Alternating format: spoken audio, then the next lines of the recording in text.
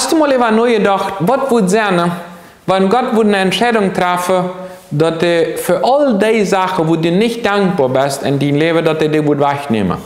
Zum Beispiel, mir gefällt nicht, meine Arbeit steht. Okay, du bleibst ohne Arbeit. Mir gefällt mein Haus nicht. Okay, ich bin nicht dankbar für mein Haus. Okay, du bleibst ab Gas, dein Haus brennt auf. Die Früh, was ich habe, dort erst nicht mit dir. Okay, die besten Witwe. Mein Körper, ich bin nicht zufrieden. Okay, du bleibst bloß ins Welt. Und so steht wieder, all dort, für dort, was du nicht dankbar kannst sein, wird Gott die Entscheidung nehmen, dort diese Nacht alles wegzunehmen. Was wird die bleiben am Leben? Das gibt die einzigen Menschen, die haben in der Gesellschaft, die angewandt hat, alle Tag eine schlimme Betungszeit der Hand. Was ist eine schlimme Betungszeit? Und es steht eine Anbetungszeit, dass man dort dann sagt, eine Dankbarkeit, einfach dankbar zu sein, haben die einfach alle Tag eine Zeit, wo die Mathe satten schlemmen.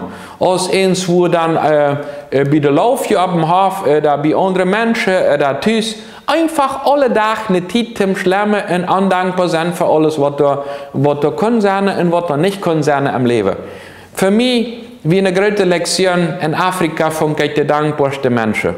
Menschen, die so wenig zu essen haben, die Kilometer mussten zu viel gehen, um Futter zu holen, wie dankbar und freundlich die können sein in dieser Situation. Und dachte ich, wie viele Menschen, die alles haben, finden ja immer alles Negative, wenn sie das Leben zu leicht haben und noch niemals was Kompliziertes haben, dass sie dann einfach dankbar sind.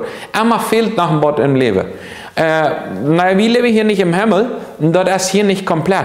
Aber Menschen, die grundsätzlich zum Dank geworden dem immer finden. Die Frau ist trotzdem wichtig, dankbar zu sein. Was, wenn mir dort nicht jagen?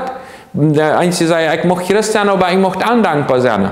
Eins wird kombiniert dort nicht, wenn Gott eins was sagt, dann gibt er uns die Möglichkeit, dort auch zu tun. Und in 1.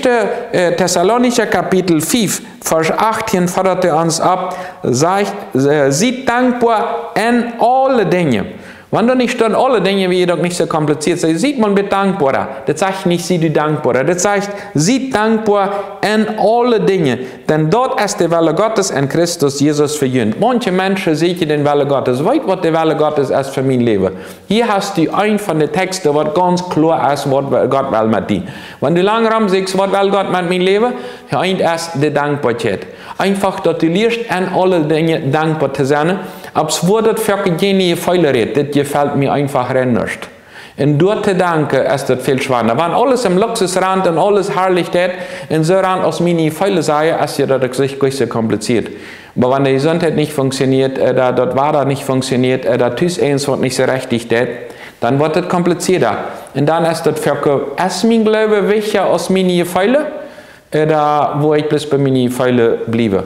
Gott ist so groß, der lässt uns dort wie verarmen, auch da wir die negative Sache sagen, und Utreichen, was am Hort ist.